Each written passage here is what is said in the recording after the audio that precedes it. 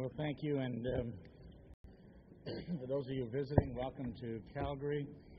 I'm pleased to be here with my colleague, Minister Juan Carlos Echeverria of Colombia, and the Minister will speak after I have an opportunity to deliver the Chair's closing remarks.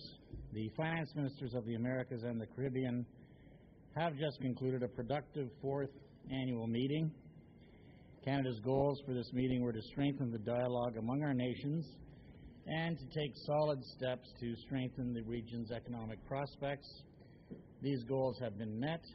Our meeting started last night with a ministers-only working dinner that allowed us to have a frank exchange of views on the region's economic situation and current challenges. These include rising food and commodity prices, growing and potentially volatile capital flows, the related impact on currencies, and the longer-term issues associated with an uneven global recovery. While Latin America and the Caribbean have weathered the global economic downturn better than other parts of the world, and the outlook for 2011 is certainly positive, we all recognize that given the range of countries in the region, there are divergent growth prospects. The diversity of the group, though, is one of its great strengths, as we have the opportunity to share and learn from different perspectives.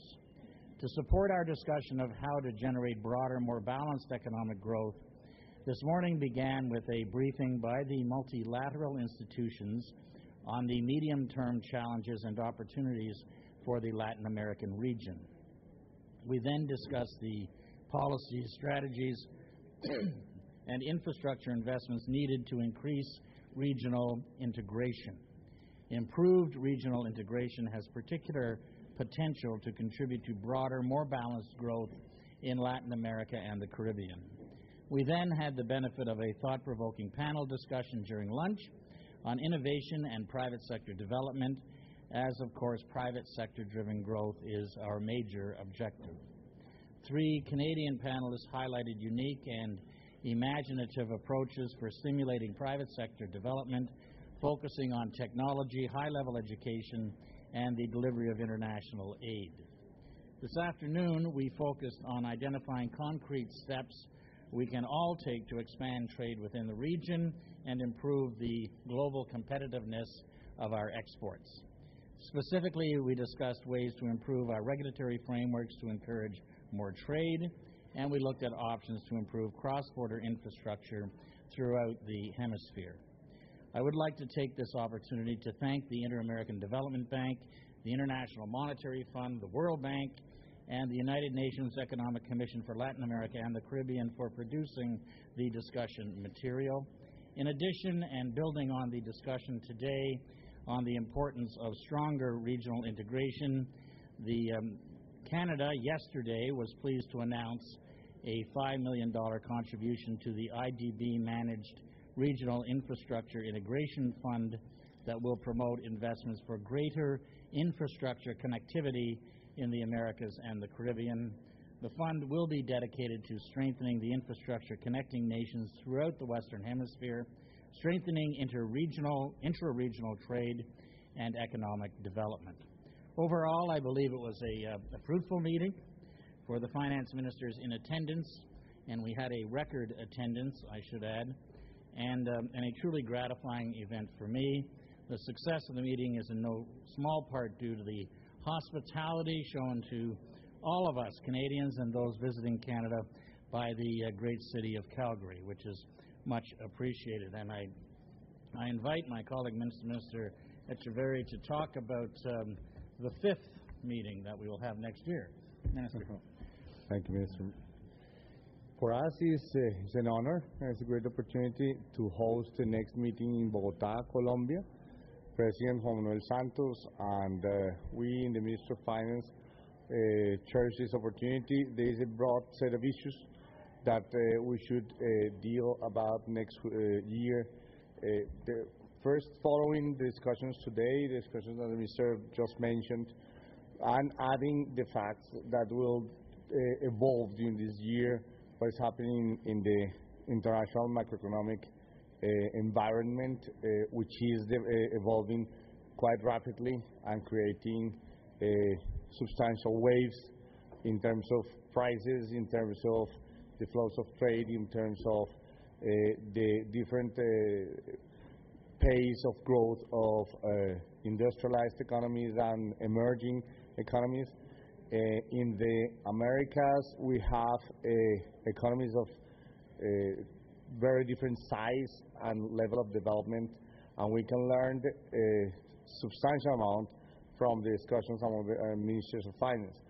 So this opportunity in Calgary has shown us that a fruitful, candid, frank discussion among ministers of finance can bring shed a lot substantial light on difficult issues of public policy and macroeconomic policy for all of us. So we will be using, of course, the technical capacity of the institutions like the IMF, the World Bank, the IDB, the ECLAC, in order to build up an agenda following what we discussed today and yesterday, but also based on the new events that shall occur in the world economy and in our economies in the Americas during this year. So we will wait for all of you guys in Bogotá, Colombia next year. President Santos sends all of us a warm welcome invitation to our country. I personally am very happy because people from Calgary and from Alberta have a humongous attention on issues in Colombia, lots of investments and lots of interest because we share the interest in mining and oil production. So there is enormous interest from Canada. We also have very soon we'll have ready all the procedures for the free trade agreement between Canada and Colombia, which is an amazing opportunity showing the path that we foresee for us in the future. Canada is the first advanced industrialized economy with which we sign a free trade agreement, which sets an example for other advanced economies to follow this path of integration in terms of trade, of investment, etc. So Canada and Colombia are setting a very interesting agenda for what could and should happen in the region. So thank you very much for transferring this responsibility and this challenge to us, and we will hope to see you next year in Colombia. Okay, both ministers will now take your questions. We have 2 microphones to do that. We have time for 1 question and 1 follow-up from each outlet, and we'll start with the left microphone, Louise Egan, Reuters. Good afternoon. First on the issue of capital flows, I'm just wondering if at the meeting today there was any agreement or even a proposal to reach an agreement on best way of what the best policies for dealing with the inflow of capital into Latin America. I'll try, and then we can both answer that, I think. We had discussions certainly involving some of the ministers and the international financial institutions about the pros and cons of interfering with capital flows. And there are differing points of view about that. Some countries have taken some actions. Many others have refrained from taking any actions. And that was the nature of the discussion. No, there was not a conclusion reached. Yeah, definitely. There is a broad set of issues and of policies adopted during the last 1 or 2 years. For instance, you have a type of capital controls set, for instance, in Brazil, whereas Chileans, Peruvians, Mexicans, and Colombians have reacted with other types of measures. What we have now is a variety of instruments that have had a different effectiveness during the last months. All of us who are struggling with capital inflows and with appreciation of our currencies, or at least appreciation pressures. And I think that's exactly what we have learned. There is no one-size-fits-all type of measures. There are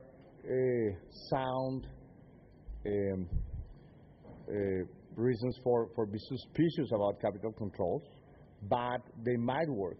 And for example, the IMF expressed that they don't condemn these types of measures, something that is very new to the macroeconomic discussion, because the IMF and Mr. Strauss-Kahn said that yesterday, that for 20 years had condemned those types of measures as invasive. Now has opened its mind to those measures. And interestingly, countries from the region, silently Mexico, Peru, Chile, and Colombia, now consider those measures not that advisable. So that's the type of issues for which these meetings are very interesting, because we are learning, as time passes, we're learning from each other exactly in this respect. Follow-up? Yeah, Minister Flaherty, if you may, in the current political climate in Canada, I have to ask you this: if the Conservatives win a minority or a majority in this election, will you present the exact same budget to Parliament, or do you expect to make changes to it? Well, we will present the same budget to Parliament, certainly. Parliament has not voted on the budget. They voted on a procedural motion yesterday. Depending on timing, there might have to be an update of economic data in the budget, depending when it would be. But fundamentally, it would be the same document, updated if necessary. Do we have any other questions? Can you line up at the microphone? Yeah. Jordi Zamora, Agence France Presse. The fact that there is an agreement during this meeting, a clear agreement on any measure, I mean, comparing to other groups, I'm thinking of G20, G7, don't you think that it could be seen as a failure of reaching an agreement or a common declaration on capital flows or exchange rates? No, our expectation was not to reach any agreements on any of these particular issues. This is a forum for economic discussion, for an exchange of views. We actually spent a good part of our time talking about the economic situation in various parts of the region. There are differences. Some of the small island countries in the Caribbean have suffered a great deal because of a diminution in tourism.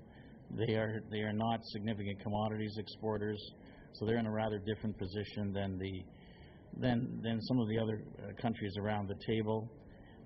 We spent a lot of time also talking about regional integration, soft infrastructure, hard infrastructure, and the fact that we want to achieve some concrete progress by the time we meet in Bogota next year. But this forum of finance ministers is not designed as a forum where we will make decisions that are binding on other countries, including ourselves, about any particular issues. It is an important forum for discussion and sharing and planning. Okay, right microphone.